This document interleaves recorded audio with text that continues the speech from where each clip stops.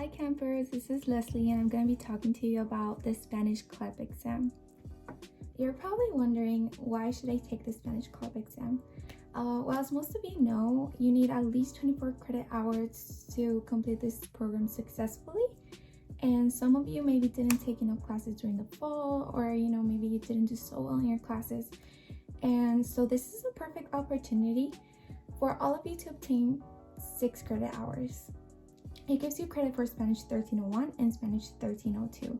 You can also take the exam if you're ending with 24 credit hours or more. And why not? I mean, it's 6 credit hours towards your degree plan. And if you're familiar with Spanish, if you speak it every single day, then you will most likely ace this exam. So why not? CLEP stands for College Level Examination Program. And I'm gonna read the definition on their website, which is: the Spanish language exam is designed to measure knowledge and ability equivalent to that of students who have completed 1 or 2 more years of college Spanish language study. Material taught during both years is incorporated into a single exam covering both level 1 and level 2 content. This test is made and administered by the College Board. So they are the same people that make the SAT test, the AP exam, so it is formatted like that. There are approximately 121 questions in this exam, and you have 90 minutes to complete it. I've gathered some tips and information for you guys taking the exam. Some of these tips worked for me, and some of them I learned after I took the exam, so I really hope I can help you guys prepare for it. Okay, so the first one is you're allowed to use a paper and a pencil. So use it, please use it. Take your small notes, especially in the audios, because you will listen to some audios and then you will answer questions about it. So, you might forget certain parts, so use your pencil and paper. So like I said before, a big part of the exam is listening to audios and then answering questions about it. Some are long, some are short, but I know some of you might need to translate the information in your head. So what I would recommend for that is watching movies and TV shows in Spanish before the exam. Maybe your favorite shows, just watch them in Spanish, why not? And so yeah, you can get more familiar with the language and catch up the language better without having to translate everything.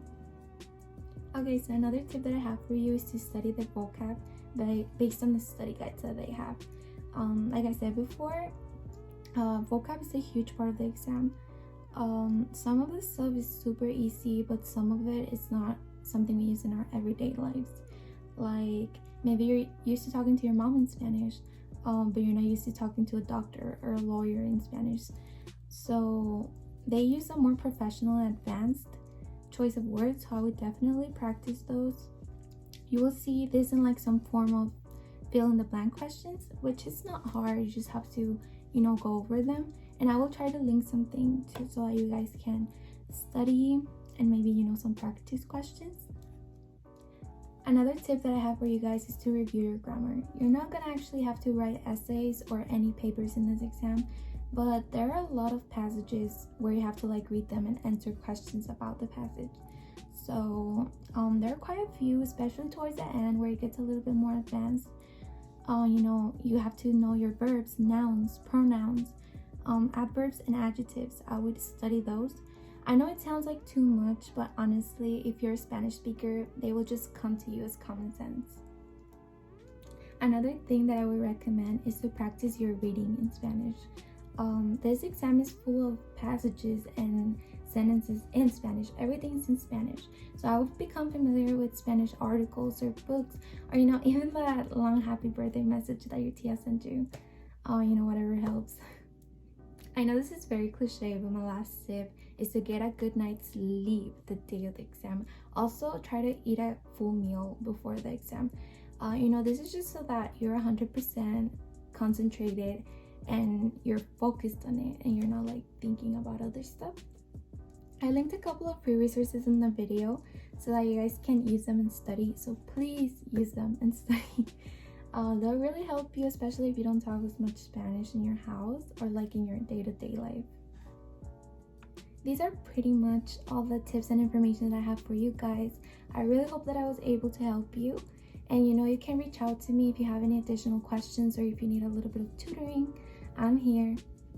And yeah, good luck in your exam.